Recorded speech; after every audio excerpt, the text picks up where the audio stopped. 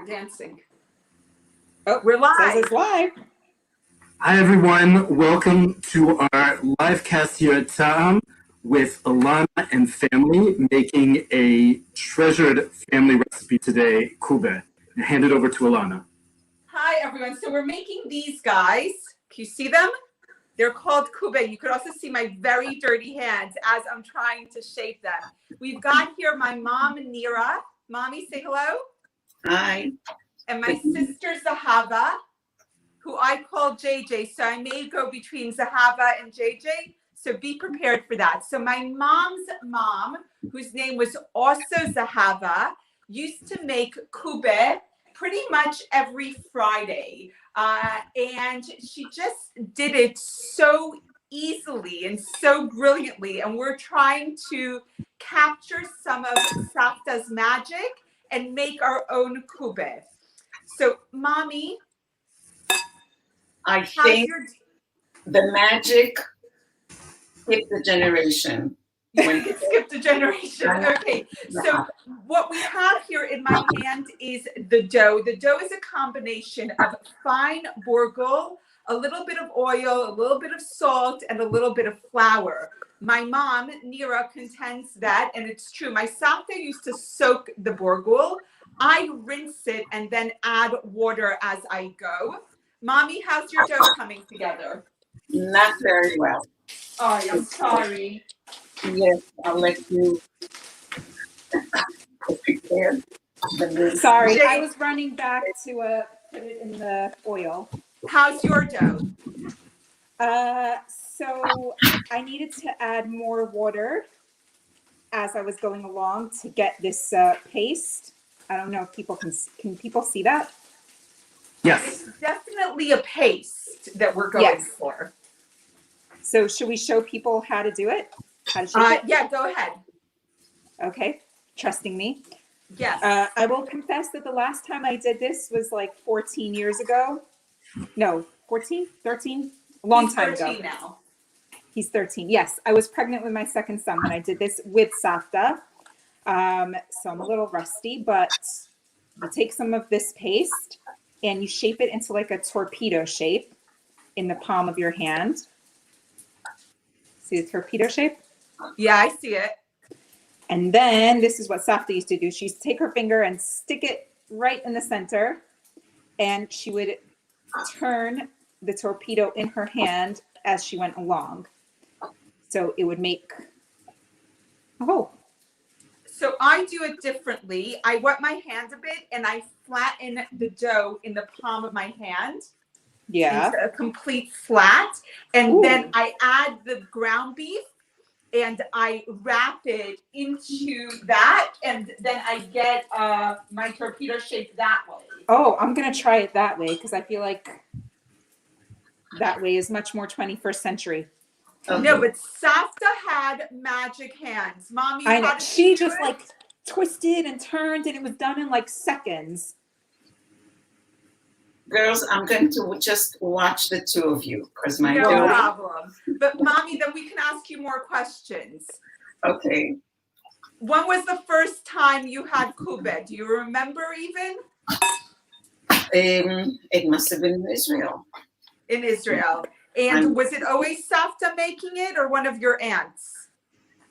Savta. Savta. Always Savta. The oldest of the 5 siblings. So it was definitely. And so here's my question. Do you think she learned it from her mother? Oh, definitely. Yeah? Yeah. Okay, this flat way is not working for me. I must have Savta's hands. You do. You have her name and her hands. Okay, I got something. I think someone's at Mommy's door. I hope it's not. All right, so I've got a few of these torpedoes ready to go into the oil. So I'm putting them in and they're just gonna fry off on either side. So my Savta's name was Zahava. Mommy, can you tell us what Zahava means? Zahava comes from the word Zahav, gold. So when she left Israel and immigrated to New York, they would call her Goldie. And she loved the name. Goldie or Zahava? Her American friends called her Goldie. Israeli friends, of course, Zahava. So here's the question. Was Savta as good as gold? Oh, it was a diamond. Ah. You know, so Alicia, my husband, his family are Persians, and they keep telling me, Zahava, you married Diamond.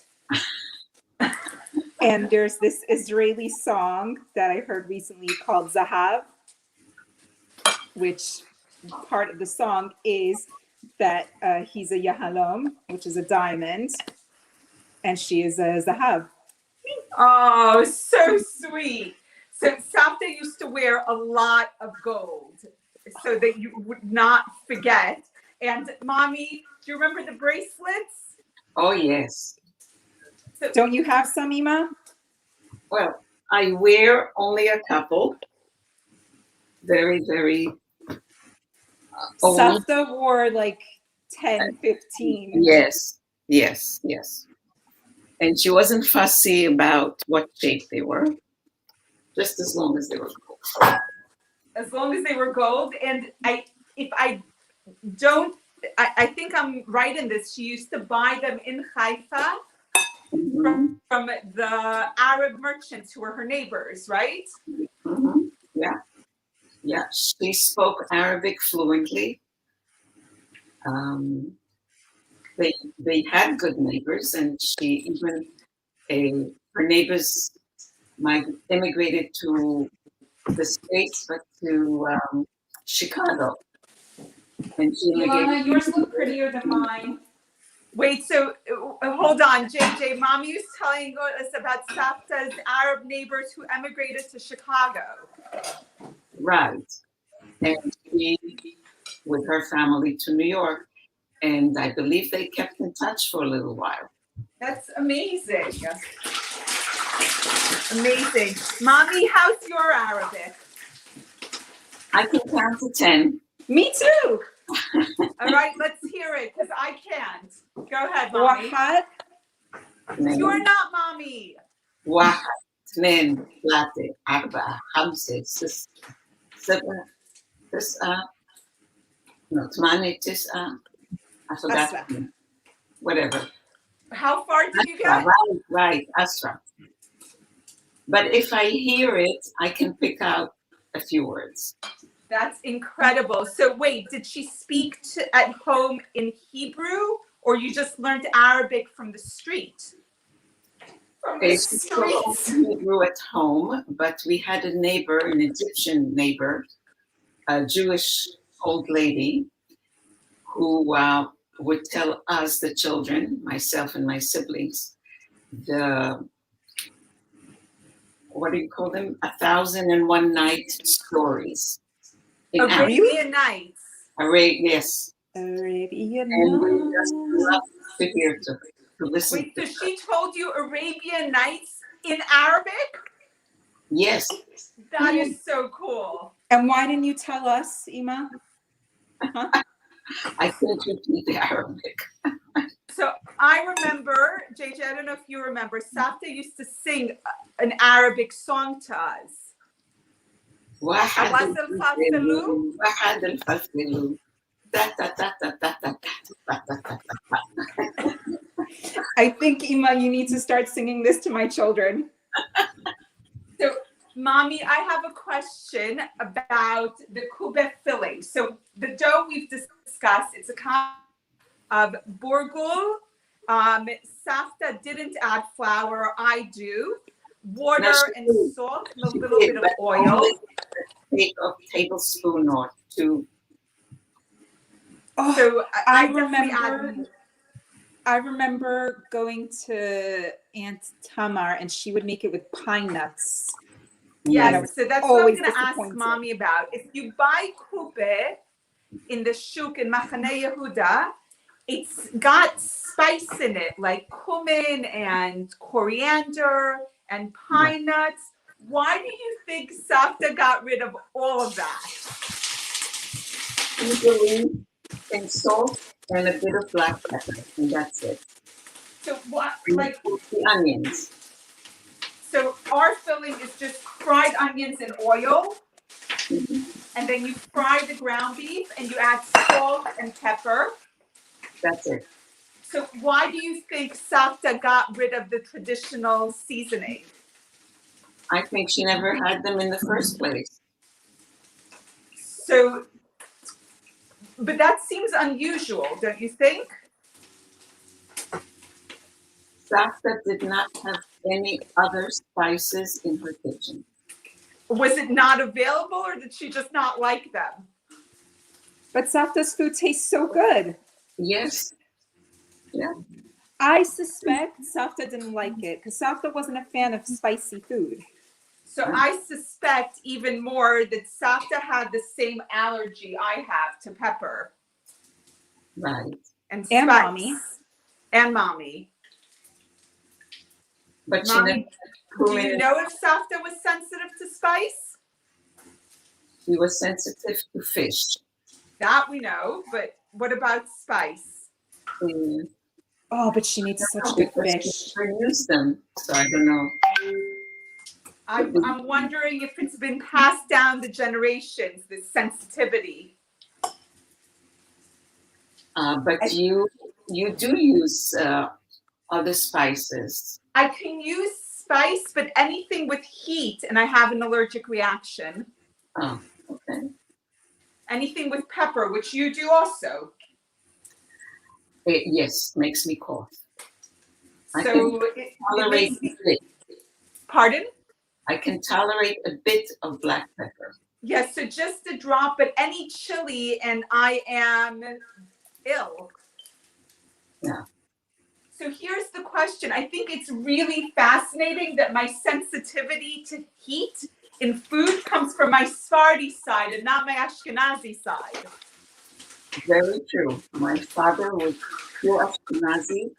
He loved spicy food. Amazing. But Savta never made it. No, So where did he get the spicy food from? he would make it himself. Ah, that I didn't know. Here's my Kubeh out of the fire. Check Yours that is out. beautiful. Gorgeous. It is. It is really beautiful. So you know what I miss? So dark. Because you left it too long. Oh. Or your fire's too hot. Okay, I'm lowering my fire. So you know what I miss really during Corona is being in the kitchen with the two of you and not Zooming it. I miss you too. We miss you as well. But who else is getting tired of their own kitchen? It's true. I feel like it's I getting spend- exhausting being here. I spend all day in this room, basically. You do. Yeah. But also You absolutely do. because the breakfast area is part of the kitchen, so it means that also the kids are in this room all day. It's intense. So It is. we're just going to keep on shaping and doing, but I think we are done with our live. Mommy, JJ, thank you so much for joining me in Kubeh making. Mommy, you gave up, but we'll deliver, and then you can decide whose Kubeh is better, mine or JJ's. Don't do that. That's not fair. She won't be able to tell the difference. I'm getting it to her first because mine will be fresher. I'm Nira. It's true. Yours will be better.